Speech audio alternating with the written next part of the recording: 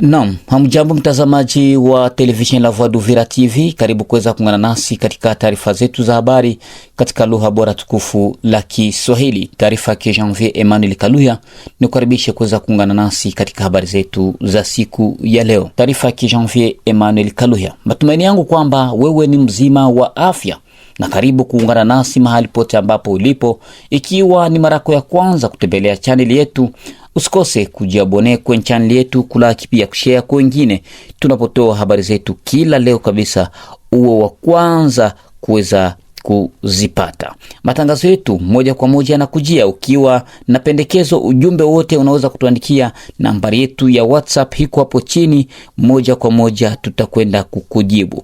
Katika habari zetu ambazo tutakazozungumzia kwa siku ya leo, tutazungumzia kuhusu kuchomwa kwa kina baba mmoja ambaye amechomwa huko tarafani Fizi, huko maeneo ya Misisi tariki 27 mwezi Desemba mwaka 2026. Tutakuja hapa mjini Uvira kupitia tangazo ambalo imetolewa na gavana wa mkoa Profesa Jean-Jacques Purusi wakati wa ziara ya ujumbe wa MONUSCO mjini Uvira na ile ya CIRGL waliokuwa katika mission yao mjini Uvira tariki 24 Februari mwaka 2026. Ziara hiyo ambayo kabisa tutakwenda kujua kile ambacho alichokitaja kama ukiukaji wa haki za kibinadamu Mheshimiwa Jean-Jacques Purusi, na pia tutakujuza kabisa kuhusu msafara wa magari ambazo zilionekana kutoka pale Bukavu kuelekea Nyangezi kushuka maeneo ya Kamanyola, hizi zikiwa zinatajwa kuwa ni za waasi wa M23 ambao wamekuja kuongeza vikosi vyao nguvu kuanzisha tena shambulizi katika mji wa Uvira. Na pia tutachambua kuhusu kuzikwa kwa Willy Ngoma kwenye pori huko maeneo ya Nord Kivu, jambo ambalo limeleta hofu na mjadala katika wakereketwa wa AFC M23 huko katika mji wa Goma, wakati mwili wake ulikuwa ukisubiriwa kuwasili hapo Goma. Haya na mengine ni kukaribisha kabisa kuweza kuungana nasi katika habari zetu za siku ya leo. Mimi ni mtangazaji wako Janvier Emmanuel Kaluya, nikutakia kabisa kuungana nasi mwanzo hadi mwisho katika habari zetu za siku ya leo.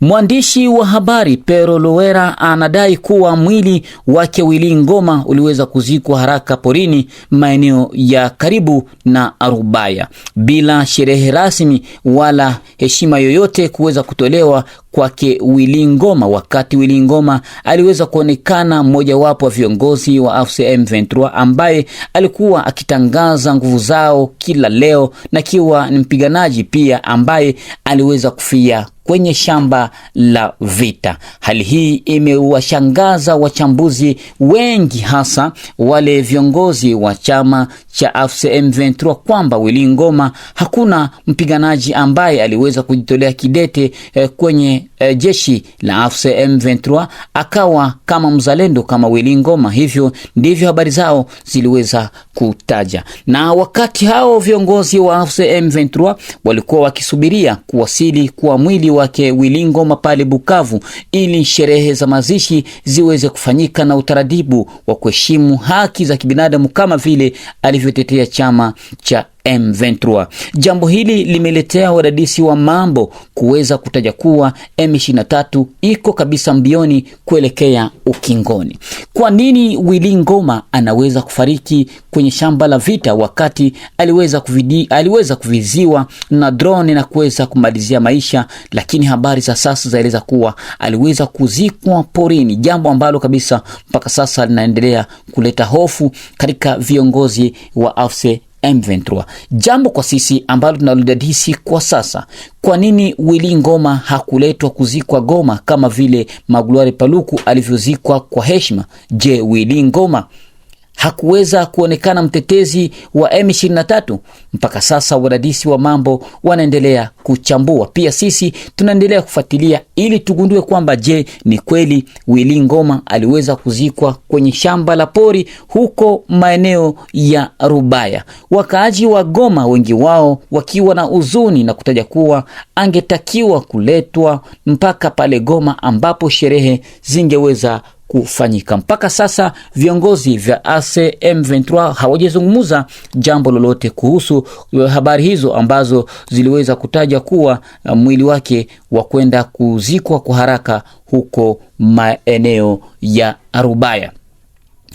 Kupitia Twitter yake Waziri Patrick Muyaya ambayo aliweza kuitangaza kutaja kwamba utawala wa Kigali sio vitisho tu vya utawala wa Kigali, baadhi ya vitisho ambavyo vinavyoendelea kudumu vya mamlaka ya nchi ya Jamhuri ya Kidemokrasia ya Kongo, akitaja kuwa zidi ya M23 na vyanzo vyetu kutaja kuwa shindikizo hilo ambalo linaendelea kuonekana pamoja na malengo ya vita, hatua moja kali ambazo zinaendelea kuchukuliwa mikakati kati ya viongozi wa Jamhuri ya Kidemokrasia ya Kongo, hasa kuonesha wazi ya uzalendo, pia kukina kuhusu matetezi ya rais wa Jamhuri ya Kidemokrasia ya Kongo, hapa akithibitisha kuwa ndani ya jamii zetu na baada tu ya kuonekana kuwa vitu vingi vinaendelea kuyumbishwa na waasi wa M23, pia ambao wengi wao wanaonekana kuwa mwelekeo wa ajabu,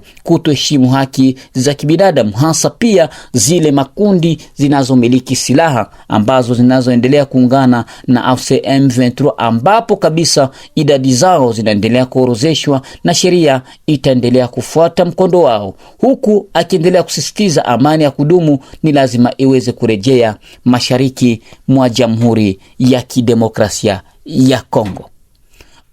Kwa sasa tulikuwa tunakuja hapa tunakutolea habari, tunakuangazia habari kuhusu viongozi ambao waliofariki kupitia shambulizi la drone ambayo imeweza kufanyika pale maeneo ya Nord Kivu, wakati M23 kunakuwa na ile makubaliano ya CLF ambayo rais wa Jamhuri ya Kidemokrasia ya Kongo Felix Antoine Tshisekedi kila leo anaendelea kugusia ili kurejesha kabisa amani ya kudumu mashariki mwa Kongo, lakini baadhi unakuta kwamba kunakuwa na ile ukiukaji wa haki za kibinadamu, kwa sababu ni jambo pekee ambalo linakuja na jambo ambalo unaona watu hawaelewi.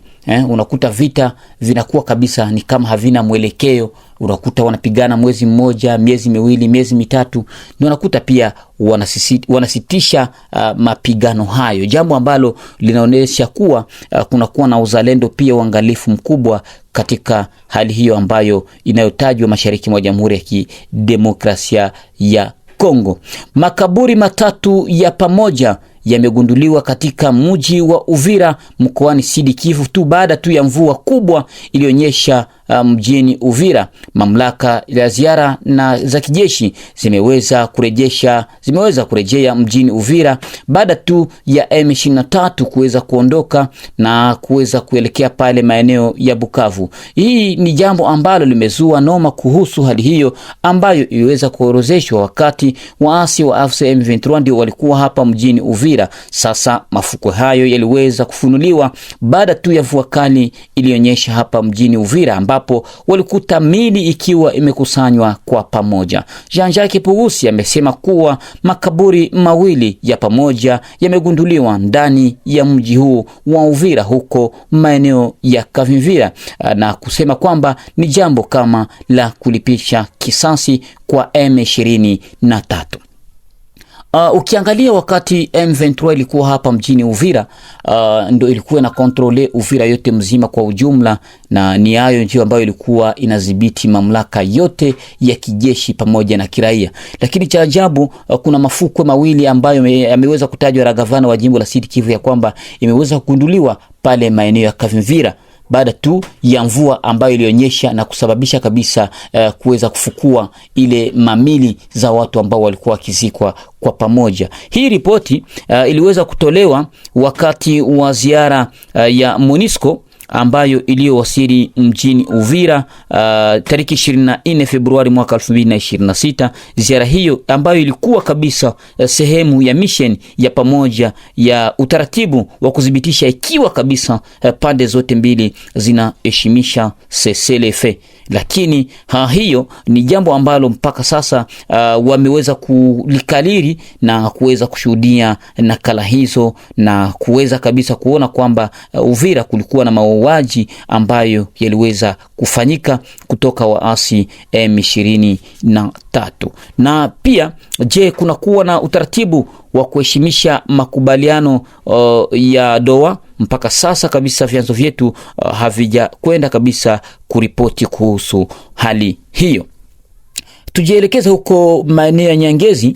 Msafara wa magari ya kijeshi wakielekea Nyangezi pale maeneo ya Kamanyola. Wakazi wa mji wa Bukavu walishuhudia usiku wa tariki 26 hadi tariki 27 Februari kupitia kwa zaidi ya malori 12 ambayo yalikuwa yakisafirisha vifaa pamoja na wanajeshi wa M23 ambao walitajwa kuwa wanaungwa mkono na Rwanda, wakiweza kuelekea huko maeneo ya Kamanyola. Kupitia hali hiyo imeweza kuwapatia raia wa Nyangezi hofu na Kamanyola, hali ambayo imezua hofu kubwa na kutaja kwamba miongoni mwa wananchi wanaomba serikali na vyombo vya sheria kuingilia kati ili kufunga baadhi ya maeneo yote ya Uvira, kwa sababu waasi wa M23 kila leo wanajiandaa kuweza kuvamia tena mji wa Uvira ambao waliweza kuacha baada tu ya shambulizi ambazo zilizofanyika kwenye milima ambayo inayoinukia maeneo ya Kigongo. Hali hii pia imeweza kuleta hofu kwa sababu tulijaribu kuzungumza na viongozi wa Wazalendo, viongozi wa FARDC. Wao wamesema kwamba hawana nia ya kuvunja makubaliano ya CCLF, lakini ikiwa M23 itakeuka na kuanzisha tena shambulizi huko bondeni mwa mto Ruzizi, basi kwa hiyo watapata cha mtemakuni, kwa sababu wao wanaendelea kuwapa macho kwa sababu wao wanaendelea kuwapa macho na wanasubiri kabisa ikiwa watavamia, nao pia jeshi litakwenda kabisa kujitetea. Tukujuze kuwa mpaka sasa gari hizo ambazo ziliweza kuja tariki 26, tariki 27 ziliweza kuelekea pale maeneo ya Sange ambapo M23 inapatikana wakiwa wanajipanga na kuanzisha mashambulizi katika eneo la Uvira na vijiji vingine vya jirani ya Uvira. Kwa hiyo vyombo vya serikali vinahitajika kuingilia kati kabisa ili kuhakikisha kuwa imeweka ulinzi madhubuti kwa kuweza kurejesha amani mashariki mwa Jamhuri ya Kidemokrasia ya Kongo. Na ukiangalia tangu M23 iweze kuondoka Uvira, kwa sasa Uvira imekuwa shwari, kazi zimeanzishwa vizuri, frontiere zimefunguliwa, na ile hali ya njaa ambayo ilikuwa ikiorozeshwa kwa hiyo imeisha. Watu wanaanza kufanya makazi zao bila shida.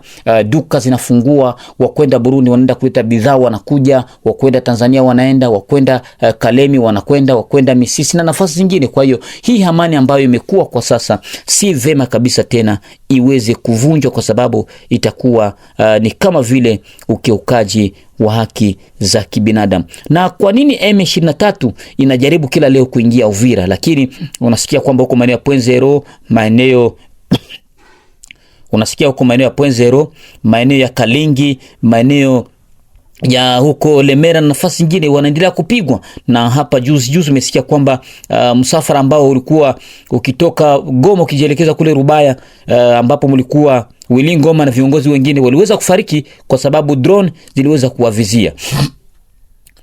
Na kwa sasa jeshi la Kongo liko kimasomaso.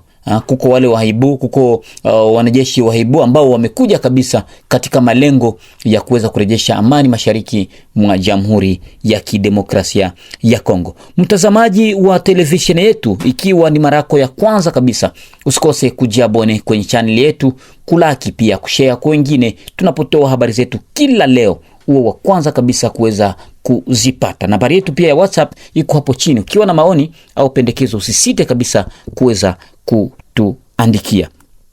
Na tumalizie na habari za huko Misisi. Huko maeneo ya Misisi, baba mmoja ambaye alishakiwa kuwa kabisa ni mganga wa asili amaliziwa maisha kwa kupigwa vikali na kuchomwa moto. Hayo yametokea huko maeneo ya Misisi katika tarafa la Fizi, wakati habari zetu kutoka mashirika za kiraia zilihakikisha kuwa baba huyo alikuwa ni mganga wa asili, lakini ashutumiwa kuwa ni miongoni mwa watu ambao wanaotapeli watu kwa kuwapandisha magonjwa magonjwa ambayo ya kishirikina na huwa wao wenyewe wanayatunza. Jambo hilo ambalo litaja kuwa magonjwa hayo yaliribuka Kalemi na nafasi zingine. Baba huyo aliweza kukamatwa na watu wenye hasira na kuweza kumchoma moto baada tu ya vichapo vikubwa sana ambavyo aliweza kuvipata. Shirika za kiraia za maeneo hayo ya kwenda kulaumu vitendo hivyo vya kujilipishia kisasi, wakati serikali ipo na ni lazima serikali ifanye kazi yake. Kwa hiyo baba huyo baada tu ya kuchomwa moto, serikali iliingilia kati kuja kutoa msaada. Baada tu ya muda mchache amekuwa tayari amepoteza maisha. Na ni hapa ndipo tunafika mwisho kabisa wa taarifa zetu za habari katika lugha bora tukufu la Kiswahili. Taarifa ambayo imeletwa kwenu naye Janvier Emmanuel Kaluhya. Ikiwa ni mara yako ya kwanza kutembelea channel yetu, usikose kujiabone kwa channel yetu, kulaki pia kushare kwa wengine tunapotoa habari zetu kila leo, uwe wa kwanza kabisa kuweza kuzipata. La ziada sina na kutakia asubuhi njema na mchana mwema kwako. Kwaherini.